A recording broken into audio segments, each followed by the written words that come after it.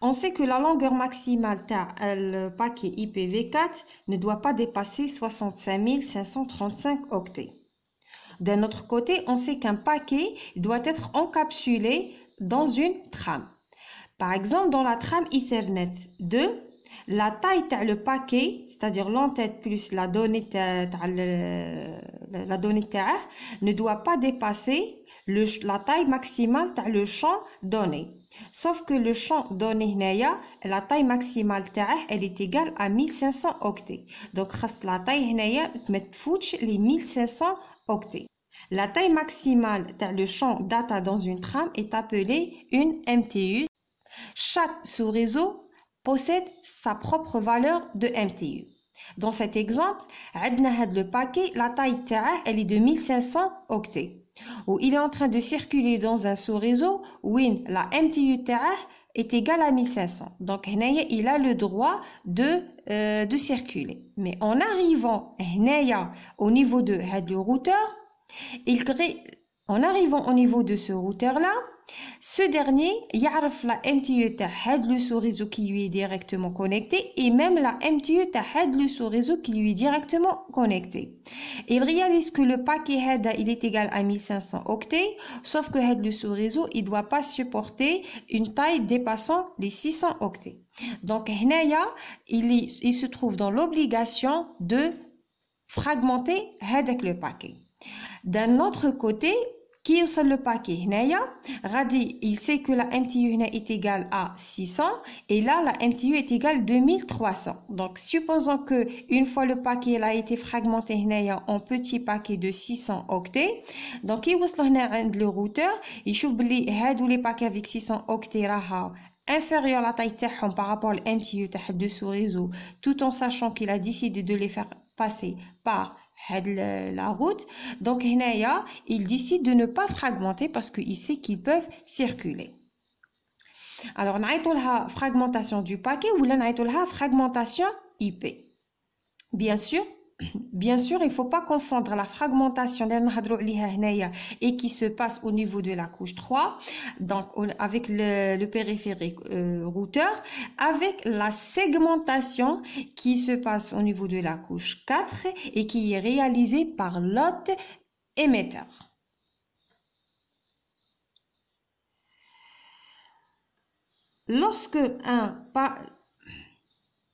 Lorsque une machine source envoie un paquet et ce paquet-là passe par un routeur où il a décidé de le fragmenter, il est possible que chaque fragment peut emprunter une route différente. Au niveau de la réception, si un seul des fragments il a été perdu, c'est tout le paquet qui est considéré comme étant perdu. On sait qu'il existe différentes technologies réseau et chaque technologie a sa propre valeur de MTU. Donc, prenons l'exemple de la technologie Ethernet, la valeur de la MTU est de 1500 octets.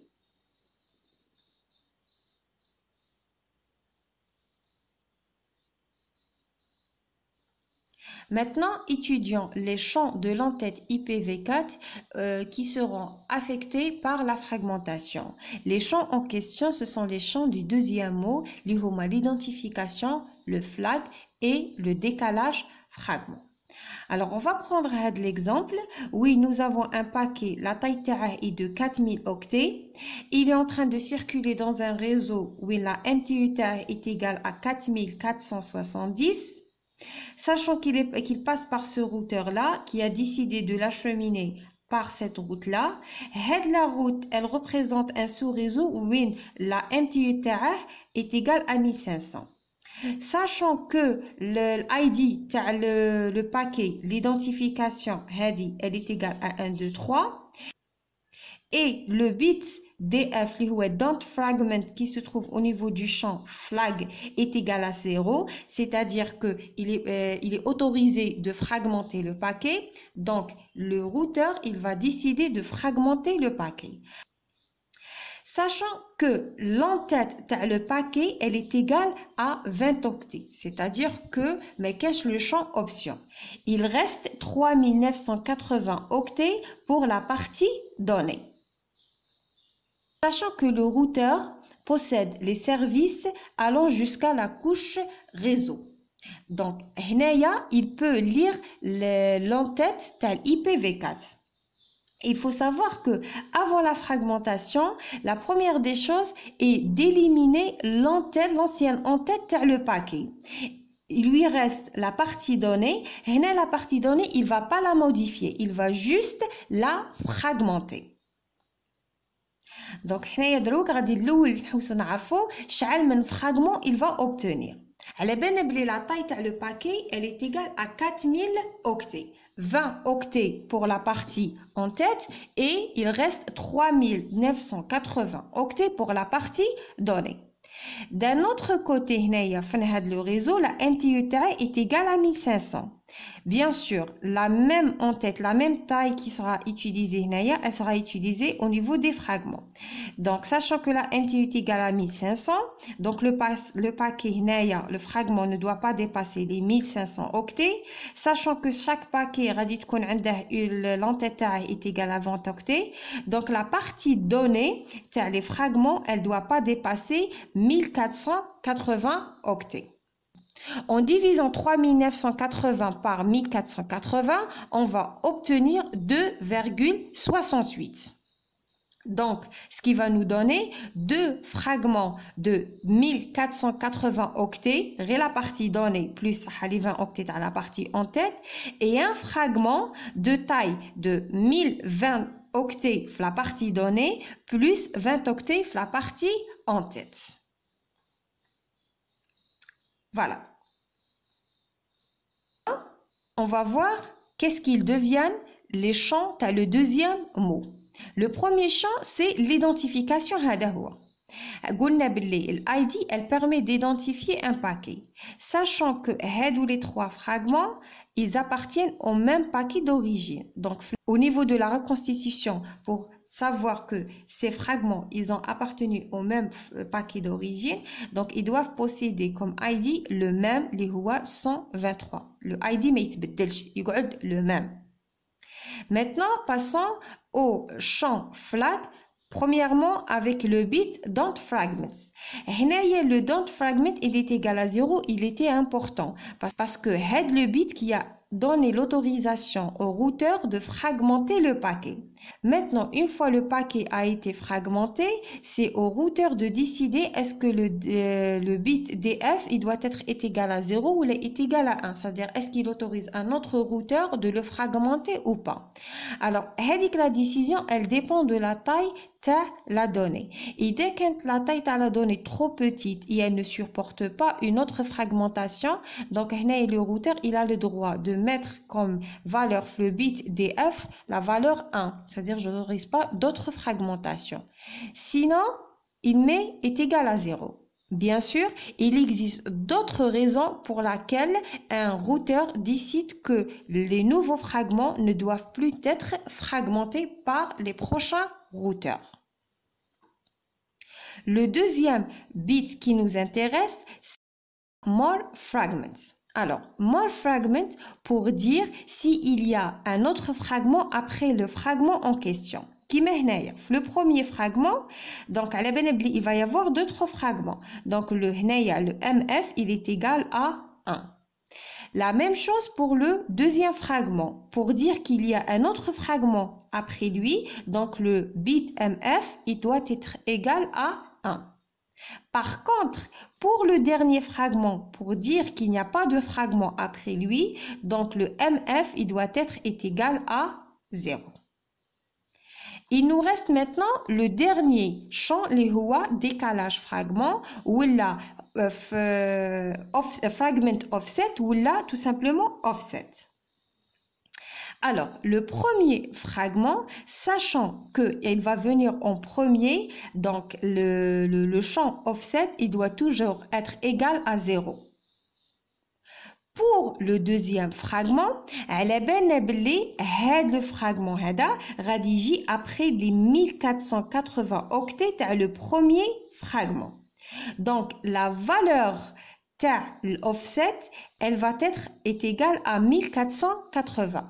Sauf que la valeur de l'offset, les valeurs ce sont des valeurs qui sont exprimées en unités de 8. Donc, il faut diviser 1480 par 8. Ça nous donne 185. Donc, la valeur tal offset, elle est égale à 185. Le troisième fragment, sachant qu'il va venir après les 1480 octets et les 1480 octets, j'ai en troisième position, donc il va venir après 2960 octets. Sachant que le offset, c'est une valeur qui s'exprime en unité de 8, donc on divise les 2960 par 8 et ça nous donne 370. Donc la valeur de l'offset, elle est égale à 370. Bien sûr, la reconstitution des différents fragments, ils vont être réalisés au niveau de la couche réseau de la machine destinataire. Nous avons dit que le champ offset est un champ qui s'exprime en unité de 8. La question, pourquoi une unité de 8? La longueur totale de le paquet IPv4 est une valeur qui est codée dans un champ de 16 bits. Donc, les valeurs qu'on peut coder au niveau de ce champ-là, ce sont des valeurs entre 0 et 65 535. Parce que 2 puissance 16, Athéna, 65 536.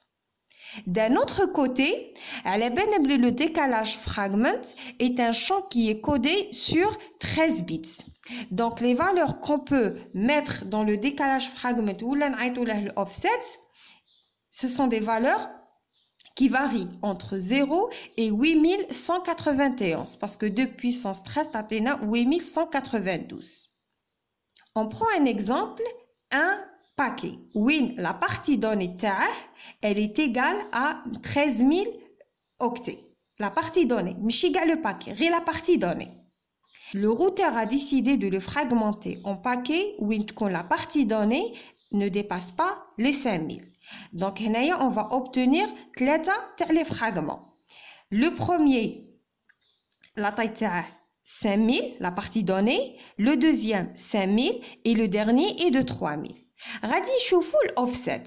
Supposons que le offset, on va le coder avec des valeurs chez unité de 8, mais division par 8. Donc, il y a la logique c'est que le offset, le premier fragment, est égal à 0 pour dire qu'il s'agit du premier fragment. Le deuxième fragment, l'offset est égal à 5000 pour dire qu'il va venir après 5000 octets. Maintenant, le offset, le dernier fragment, après juste les fragments de 5000, ça veut dire après 10 000, donc le offset est égal à 10 000. Sauf que le champ offset est un champ qui est codé sur 13 bits, c'est-à-dire la valeur maximale qu'on peut coder dans le champ est 8191. Donc, on ne peut pas coder en binaire la valeur de 10 000. D'un autre côté, en divisant la valeur maximale, le longueur totale est 65 536 sur 8192, on obtient 8. C'est pour cela que le décalage fragmental offset s'exprime en unité de 8.